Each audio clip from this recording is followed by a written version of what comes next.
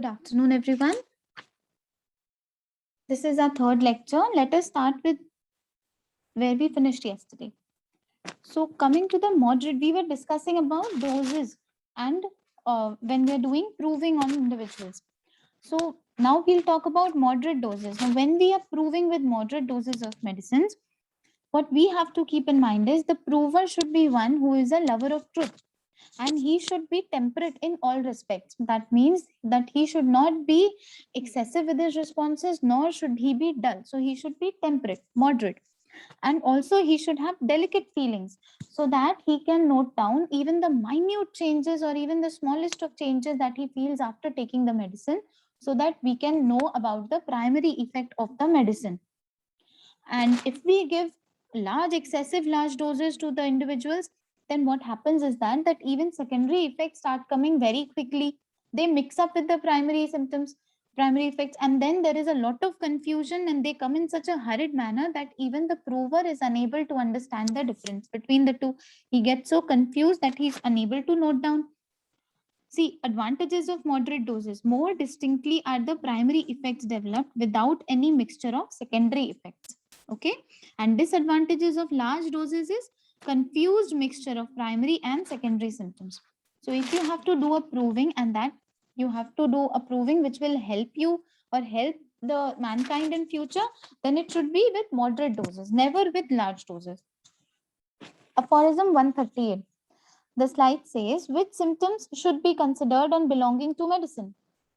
So, which symptoms should be considered?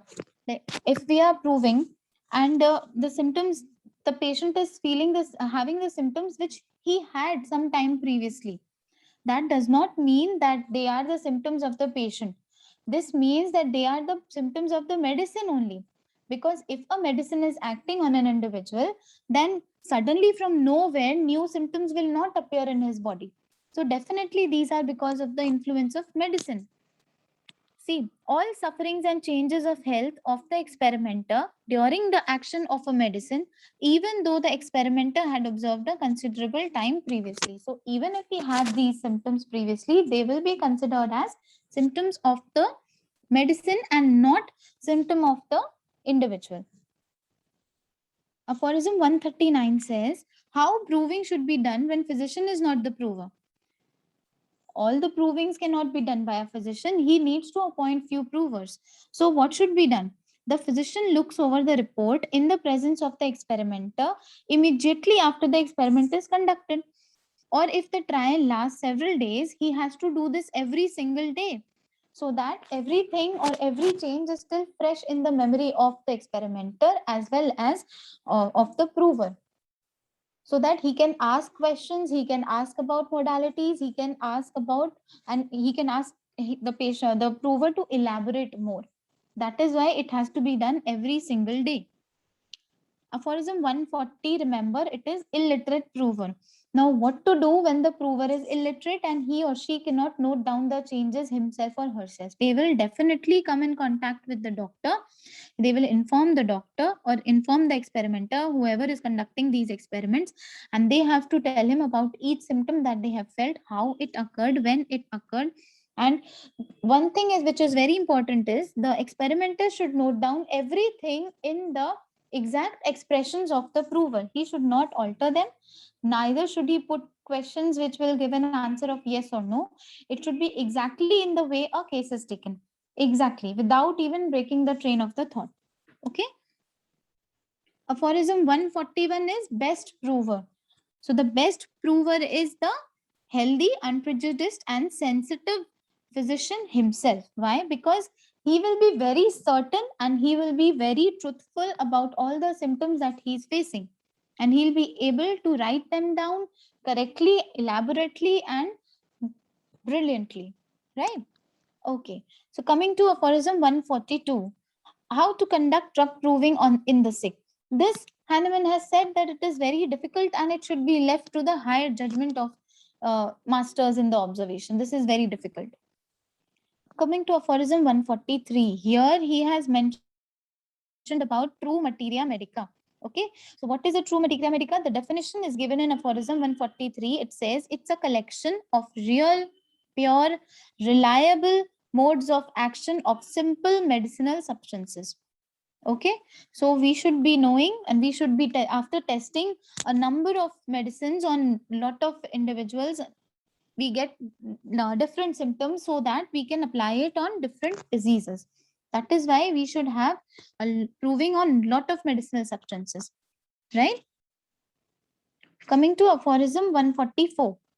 Now, Dr. Hahnemann says that from such a materia medica, everything that is conjectural is whatever that has been added falsely or whatever that is an assertion, that should be removed. Only then can you say that this is a pure materia medica. It has to be purely in the language of the prover, right? And it should be honestly done.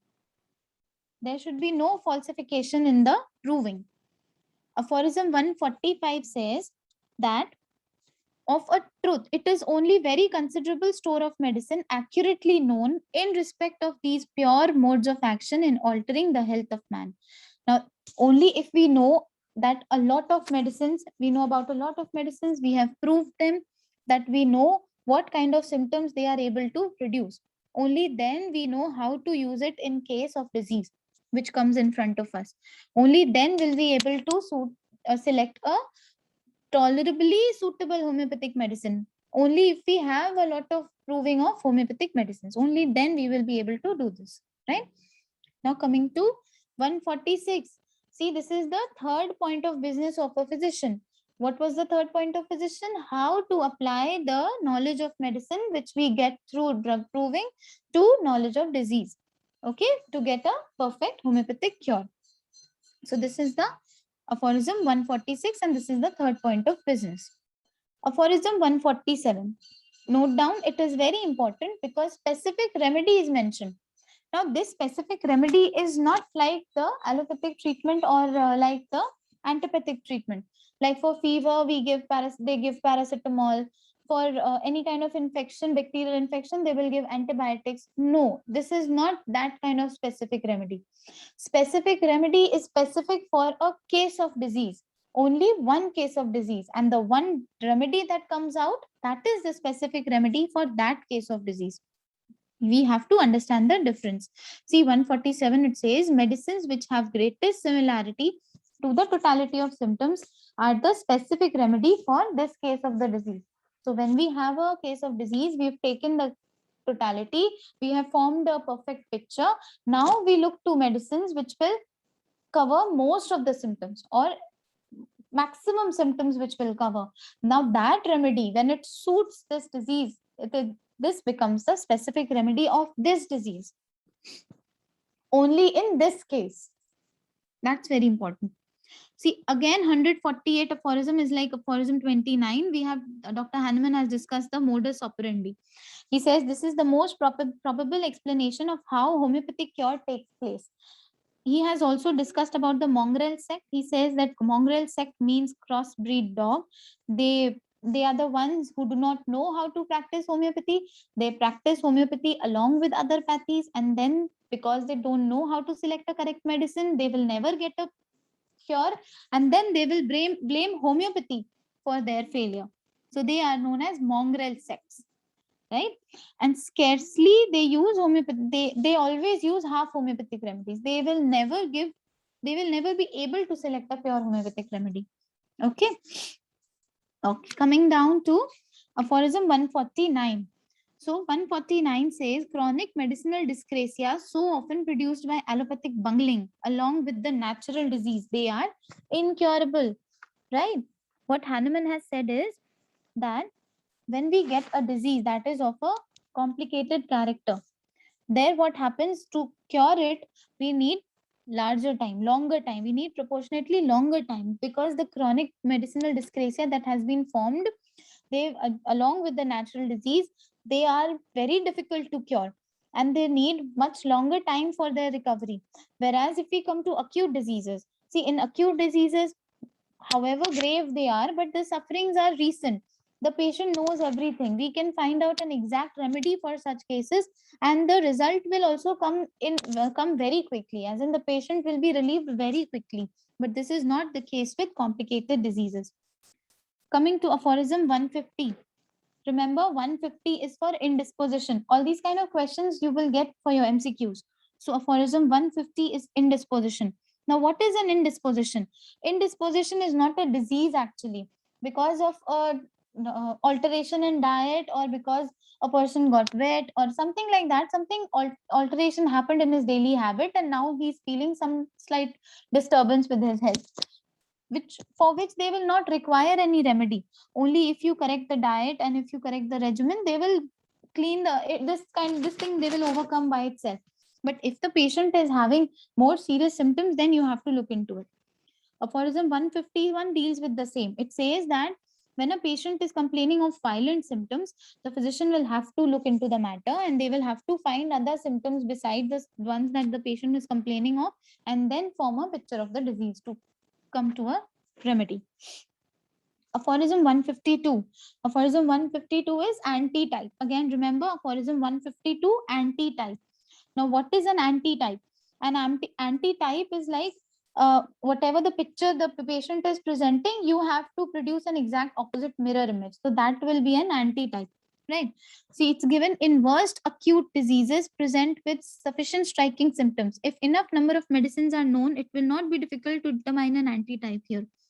So what happens is, in worst of acute diseases, where they are giving more symptoms and the striking symptoms, what happens is we will be able to find a remedy from the lot of remedies that we know, and thereby we can come to a anti-type of the curative artificial disease, which will cover exactly the same totality of symptoms that is being produced by the natural disease. And thereby, when we come to that remedy, that will be an anti-type. This will be the most desired remedy, and this will bring about great results. Aphorism 153. In search of this homeopathic specific remedy, more striking, singular, uncommon, and peculiar or characteristic signs and symptoms are chiefly kept in view. Okay. Footnote says that Dr. Hahnemann appreciated Dr. Bonninghausen for his repertory, and also Dr. Jar for his handbook of principal symptoms. Right. So what happens is that in such cases where we have to find anti-type, or we have to find a specific remedy, we should be more concerned about the more characteristic, uncommon, peculiar, and these kind of symptoms to come down to a remedy. Because if we go on for symptoms like very vague and general symptoms, like patient is having a very vague headache which he is not able to describe properly, or he's having some kind of restlessness or problem with sleep or some debility, these kind of symptoms are associated with most of the disease, and they are also associated with most of the medicines. So this will not help in finding a specific remedy. Okay. Aphorism 154. Aphorism 154 says anti-type should be constructed from most suitable medicine contain those peculiar and distinguishing characteristic symptoms. This medicine is the most appropriate homeopathic specific remedy for this morbid state. So again, he said the same thing. See, anti-type and specific remedy, almost similar. If the anti-type that is constructed from list of symptoms of most suitable medicine, most suitable medicine will come when the anti-type is being constructed, taking into consideration the peculiar, uncommon, singular, and characteristic symptoms. Only then we will get the most appropriate homeopathic specific remedy. This specific remedy will be specific for this disease condition. Okay. And with the first dose of it, it will bring about considerable change. If possible, it can even cure the disease in one single dose. What does aphorism 154 say, 155 say? Aphorism 155 says that here Dr. Hahnemann has said without any considerable disturbance. Without any considerable disturbances, because the most appropriate homeopathic remedy when we prescribe, only the symptoms of the medicine that correspond with the symptoms of the disease, they come into play. Medicine, when proved on healthy provers, they bring about lot of symptoms. All the symptoms cannot be matched to the disease, or the patient right now in front of us will not have all the symptoms. So when we prescribe a remedy based on the totality of symptoms that the patient is giving us, the other symptoms that the medicine has a tendency to produce will not be produced in this individual. Why? Because these symptoms are not called into play. On the basis of similarity, the symptoms which are called into play are those on the basis of which the medicine has been prescribed. Okay. And because the homeopathic dose is such small, that this is one more reason why these symptoms will not be produced. Right? Okay, coming to aphorism 156. It is next to impossible that medicine and disease should cover one another as two triangles with equal sides and equal angles. See, this is very important. Says that when we have chosen a homeopathic remedy, we try and select the medicine which is most similar. We cannot find a medicine which is exactly similar. We will find a medicine which is most similar, and we try and give it in small doses. But the dose can never be so small that it will never produce any irritation to a sensitive patient. At least one symptom or some disturbance, it will definitely produce new symptom. It will definitely produce till its action lasts. But because again the dose is very small, the action will not last long, and also the patient will not feel so much of discomfort because of this symptom, right? And this will go on very fast and leading to perfect recovery of the patient. Coming to aphorism 157. Aphorism 157 says homeopathic aggravation in acute diseases immediately after ingestion for the first hour or for a few hours causes a kind of slight aggravation when the dose has not been sufficiently small, and nothing more than extremely similar medicinal disease. Okay, so here Hahnemann talks about homeopathic aggravation, and he says that in an acute disease, when we prescribe a medicine which is not exactly very small or sufficiently small, it will definitely produce a homeopathic aggravation, which is a slight increase in the symptoms that were originally because of the natural disease. So only those symptoms will increase slightly, and they will not create a havoc in the patient. They will create slight discomfort. They will increase slightly, and then after the action of medicine is over, they will go off. And this, in fact, is a very good sign because it shows that the medicine has covered exactly the same points or the same parts that are being affected because of the natural disease. So this is a very good sign. So there'll be an aggravation of his own disease. Okay. And this will go off. Aphorism 158 says, slight homeopathic aggravation during first hours is a very good prognostic sign in acute diseases because this will most probably yield to the first dose itself. There a repetition might not be required even. That means that the dose was so sufficient, it will cure in just one single dose, right? Coming to aphorism 159, the smaller the dose of homeopathic remedy, the slighter and shorter will be the homeopathic aggravation. This is very simple. Aphorism 160 says, aphorism 160, the footnote says Leroy and License were people who observed homeopathic aggravation. And in aphorism 160, Hahnemann has also said that the dose of homeopathic remedy can never be made so small that it will not bring any change, or it will not overpower or completely cure the disease, because always the power of medicine will be more than the power of natural disease. So there always will be a slight homeopathic aggravation, very slight. Aphorism 161, homeopathic aggravation in chronic diseases. Now, Hahnemann says it's a primary action of homeopathic medicine. When medicines are prescribed in renewed dynamization, then what happens is such aggravation can be seen only at the end of the treatment. So we know that when we prescribe medicines in centesimal or decimal potencies, the aggravation in acute diseases comes on immediately after taking the first dose. Okay, but when we come to LM potency, or when the dynamization, repeated dynamization has been such medicines have been given in repeated dynamization, then such an aggravation will come at the end of the treatment. And this is a very good sign that their disease is about to get cured. Coming to aphorism 162. Aphorism 162 says, disadvantage of knowing very limited number of medicine, then prescribing imperfect medicinal agent from among these less known medicines. So what is Dr. Hahnemann saying? He's saying that because of knowing moderate number of medicines, because right now we have a lot of medicines, but still we cannot say that we have proved all the medicines.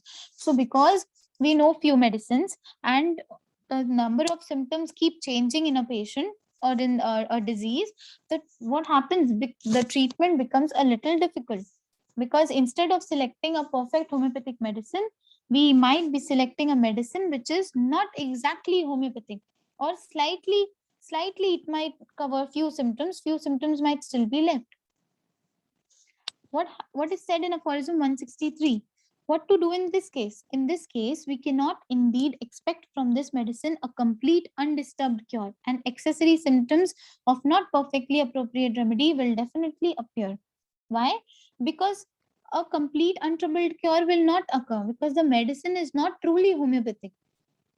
If it had been selected on the basis of most of the symptoms or totality of the symptoms, and the medicine would have been proved, then we would have got the collection of symptoms. But since the medicine is not proved, and the medicine that is selected is not truly homeopathic, so it will not bring a perfect cure. Instead, the symptoms that were to be produced by the medicine, accessory symptoms which are not which are of the remedy, they will be produced in the individual.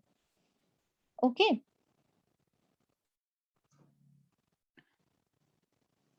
Aphorism 164. If imperfect medicinal agent correspond to characteristic symptoms only, then cure will take place. So again, Hahnemann has given a condition that if we have selected the medicine on the basis of the characteristic uncommon symptoms, then a cure will definitely take place, even if the medicine we thought was not perfectly homeopathic. Aphorism 165. If imperfect medicinal agent corresponds to general symptoms, then physician cannot promise a perfect result. Okay.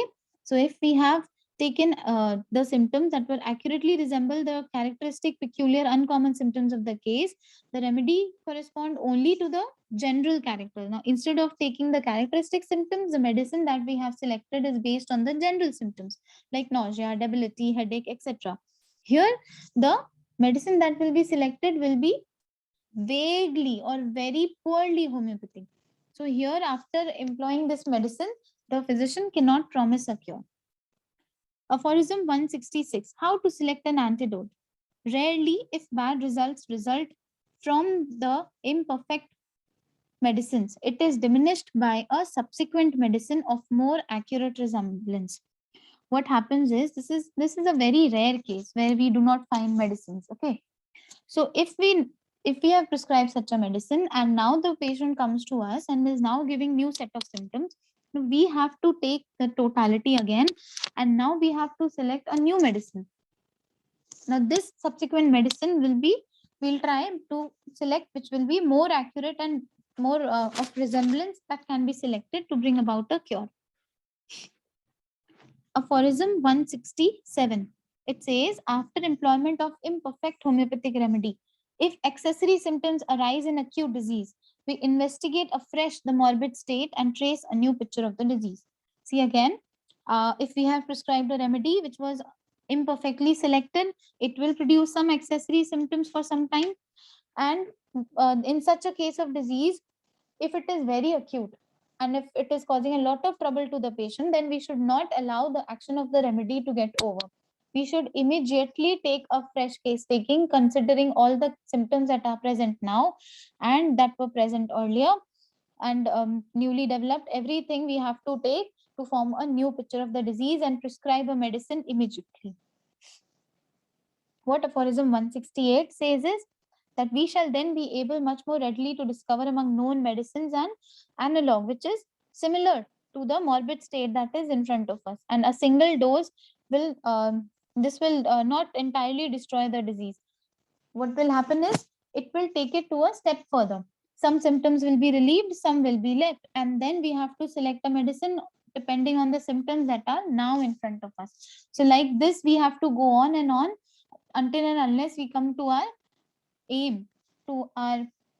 aim, which is a possession of perfect health in that individual. Okay. Aphorism 169. It says, what is to be done when two medicines are indicated in the same disease? So here, after employment of the more suitable of the two, we examine the patient freshly, and then more appropriate homeopathic remedy to the set of symptoms remaining must be prescribed.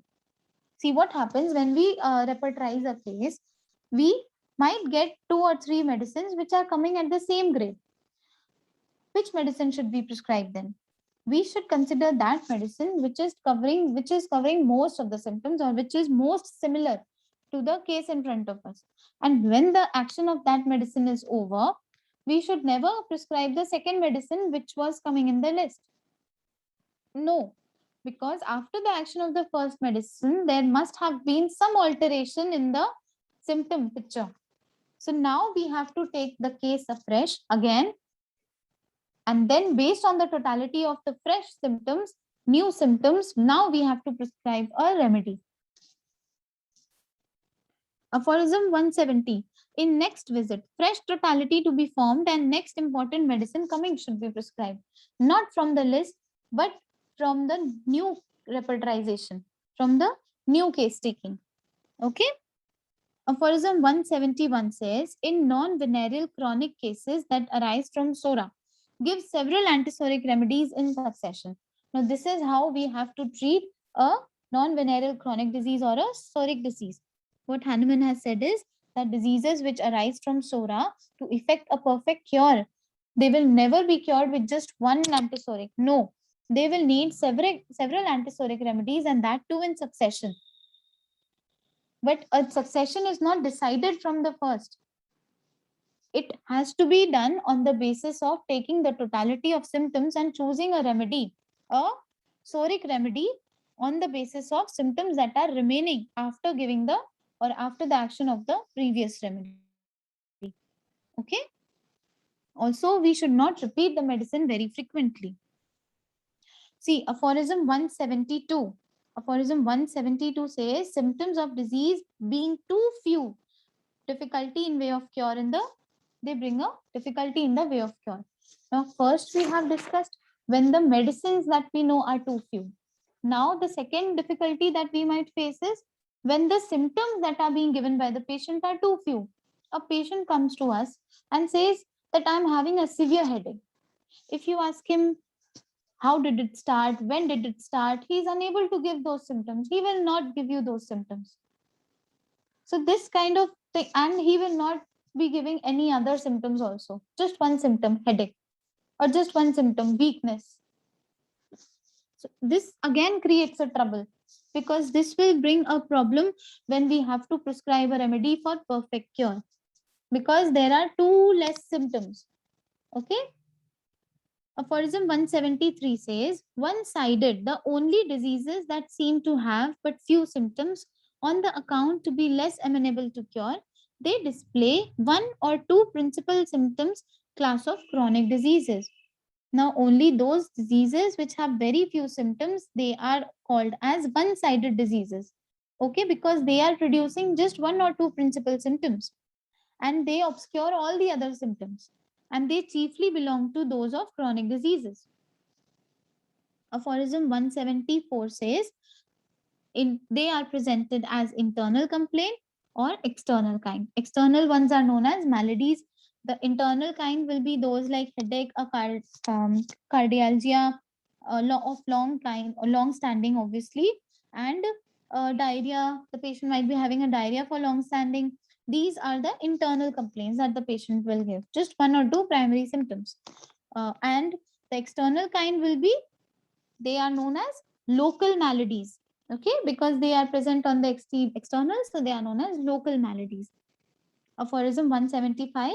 In the internal complaint, lack of observation of physician. Yes, this is very important. That one-sided diseases of the first kind, where we have discussed about the internal complaints, this is mostly because of the lack of observation power in a physician. If he is unable to discover symptoms, the physician is not so patient, or the physician is not so observant, he's not a very keen observer, he will not be able to sketch the portrait of the disease. So this is mostly because of fault in the physician. 176. Aphorism 176 is about truly one-sided diseases. They are, even after most careful initial examination, they are present but one or two severe violent symptoms. Okay.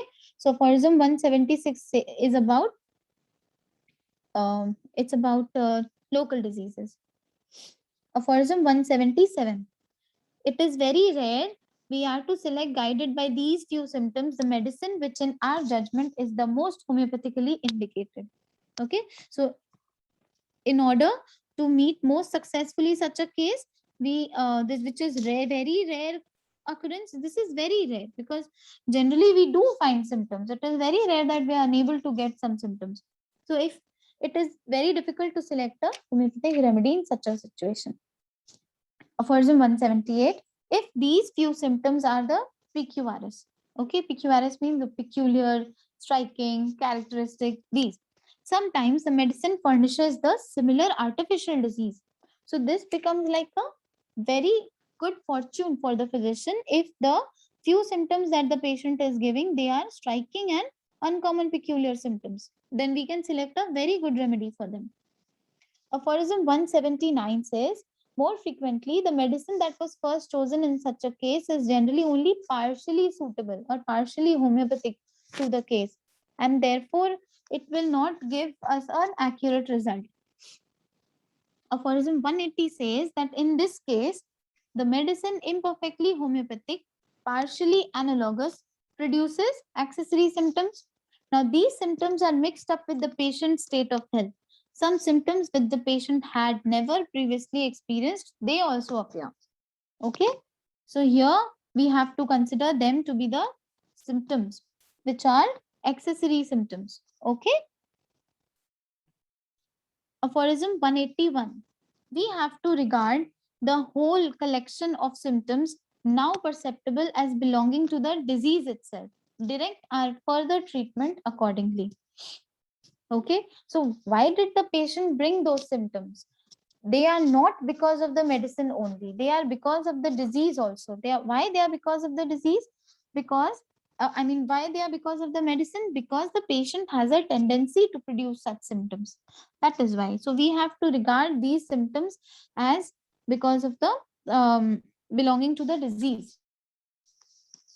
Because it's because of the disease, the patient has a tendency to produce such symptoms again and again, right?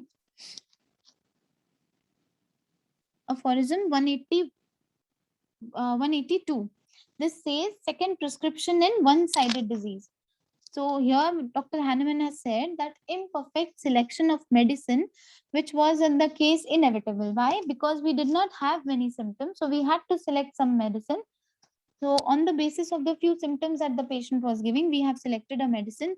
And now what happens? After the action of that remedy is over, we have to take the case again. And the second remedy that we'll prescribe will be the second prescription in this case.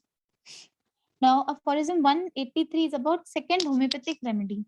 Whenever dose of first medicine ceases to have its beneficial effect, a new examination of disease or case must be done, and second homeopathic remedy should be selected according to it. So after the action of that remedy is over, we have to take the status morbi. Status morbi is the current status of the disease or the current state of the individual. And then we have to select a second homeopathic remedy on the basis of the current symptoms of the present state. Okay. Footnote says cases where the patient seldom in chronic diseases, infrequently in acute diseases. This happens more in chronic, less in chronic diseases and more in acute diseases. What happens is patient feels very ill, feels as if the nerves have been benumbed, and he's unable to tell about his complaints or express his disease. So here, this torpor of internal sensibility can be removed by giving a dose of opium. Now, aphorism 184 says that in like manner, after each new dose of medicine has exhausted its action or it is no longer suitable or helpful, here the state of disease that remains should be noted. All the remaining symptoms that are left should be taken down, and a homeopathic remedy should be selected. And this process should go on till the recovery is complete. Okay. Now we start with local maladies. So aphorism 185 is about local maladies. It says that one-sided diseases, they are the one-sided diseases which are especially on the external parts of the body. Okay. Now what happened was that in old school, they used to consider this to be affection of only that part. And they said that the whole body is not involved. Now this is very, very absurd theory. And they have done disasters treating such diseases because their theory was so wrong. But this is what they said. Aphorism 186 is about pure surgical cases and not purely surgical cases. Now, the local maladies that have been produced shortly or sometime previously, the external lesion that we see and call it a local disease, this is very important. It is very important to know that it can be because of some external injury, like because of a very sharp thing, or something has entered the eye, or the patient had an accident and the bones have been dislocated. Now, in such surgical cases, it is very important to first look after them and move towards surgery, because we have to join the bones, we have to remove that particle whatever has entered the eye, and we have to uh, correct the wound by stitching, right? Now, what are not purely surgical cases? The not purely surgical cases are those where the external injury was not very severe. Okay. And most of the complaints that the patient is having is because of some internal derangement. Also, we have to prescribe homeopathic remedies in such surgical cases when the patient is having patient is giving us symptoms like high fever with the injury, or the patient is having nausea, or the patient is having sleeplessness. In these kind of conditions where the whole is affected, not just one part, there we have to prescribe the homeopathic remedy. Okay. Aphorism 187. Aphorism 187 says that ailments appearing on external parts that do not arise from external injury, source lies in some internal malady. See, when the affections which are appearing on external part, they're not because of an external injury. Only a slight external wound might be there, but mostly the cause is internal, because of some internal malady. Then considering them local affections and applying something locally on them, this is what old school used to do, and this is very bad method of treatment, because this will not go. This is not a surgical case, this is not a purely surgical case. Okay. Aphorism 188. These affections, they were considered to be merely topical and only local diseases, right? And they thought that it is only the this part that is involved and the whole of organism is not involved, right? So they had no such treatment and only local applications. Aphorism 189 says every external malady persists or grow because of some internal cause. Okay. So it is very obvious that if a person is having an injury from maybe from without, this can persist or even grow worse.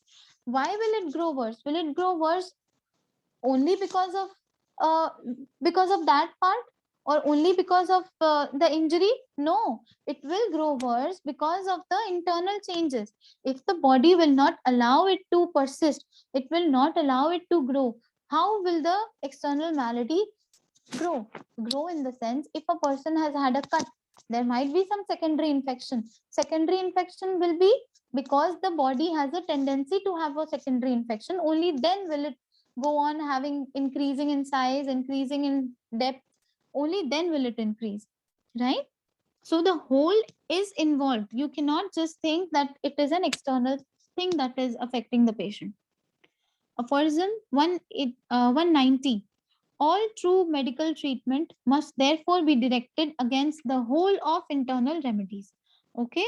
So what should be the correct method of treatment? The correct method of treatment should be selecting medicines which will cover not only the external injuries or external part, but also the whole.